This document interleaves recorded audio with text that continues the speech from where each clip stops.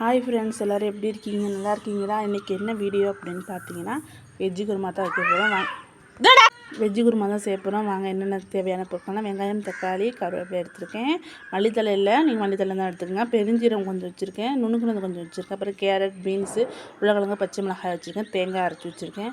பச்சை பட்டாணி, இஞ்சி பூண்டு, இதுதான் இப்போ தேவையான பொருட்கள். வாங்க எப்படி செய்யலாம்னு சொல்லி பார்க்கலாம்.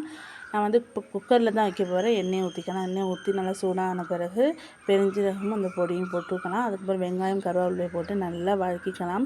வெஜ்ஜு குருமா வந்து நான் குக்கரில் வைக்கிறேன்னா கொஞ்சம் காய்கறிகள் வந்து கொஞ்சம் மசிஞ்சிருச்சுன்னா குழந்தைங்களுக்கு தீர்த்தத்துக்கு நல்லாயிருக்கும்.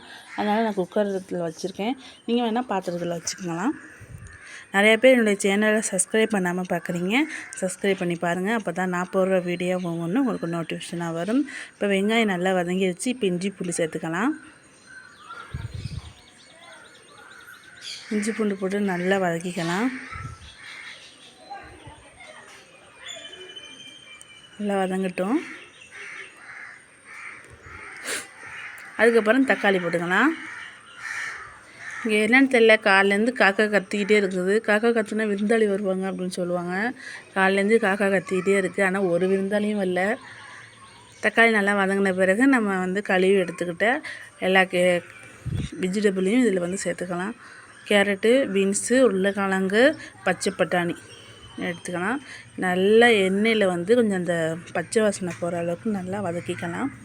வெஜ்ஜு குருமா யாருக்கு பிடிக்கும் அப்படின்னு சொல்லி கமெண்ட் பண்ணுங்கள். வெஜ்ஜு குருமாவுக்கு வந்து பார்த்திங்கன்னா இட்லி, தோசை, சப்பாத்தி, பூரி எல்லாத்துக்குமே நல்லாயிருக்கும். அதுக்கு வந்து மல்லித்தூள், மிளகாய்த்தூள், மஞ்சள்தூள், அதுதான் எல்லாத்தையும் கொட்டு எல்லா மசாலையும் போட்டு நல்லா வதக்கிக்கலாம். அந்த பச்சை வாசனை போகிற அளவுக்கு நல்லா வதக்கிக்கலாம். நல்லா வதக்கிக்கிட்டே இருக்கலாம். அந்த பச்சை வாசனை போகிற அளவுக்கு வதக்கிக்கலாம். நல்லா எண்ணெயிலே நல்லா சத்து நேரம் ஒரு 5 நிமிஷம் வதக்கிக்கலாம். அதுக்கப்புறம் பார்த்திங்கன்னா உப்பு தேவையான அளவு உப்பு போட்டு அதையும் ஒரு கிண்டிக்கலாம். கொஞ்சம் காய்கறியெல்லாம் வந்து கொஞ்சம் எண்ணெயில் வதக்கணும் அப்படின்னா அது நல்லாயிருக்கும். அதனால் நல்லா வதக்கிக்கலாம். வதக்கி பின்னாடி தேங்காயில் வந்து பார்த்திங்கன்னா பெருஞ்சீரகம், பொட்டுக்கடலை,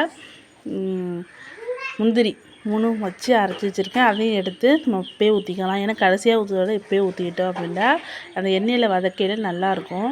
அதனால் நல்லா போட்டு வதக்கிக்கலாம். வதக்கின பிறகு இப்போ தேவையான அளவு தண்ணியை ஊற்றி விசில் 4 விசில் வச்சிடலாம். இப்போ பாருங்கன்னா 4 விசில் வந்துருச்சு. இப்போ பார்த்தீங்கன்னா வெஜ்ஜு குருமா ரெடி ஆகிடுச்சு. இதுக்கு வந்து நான் வந்து இட்லி சுட்டிருக்கேன்.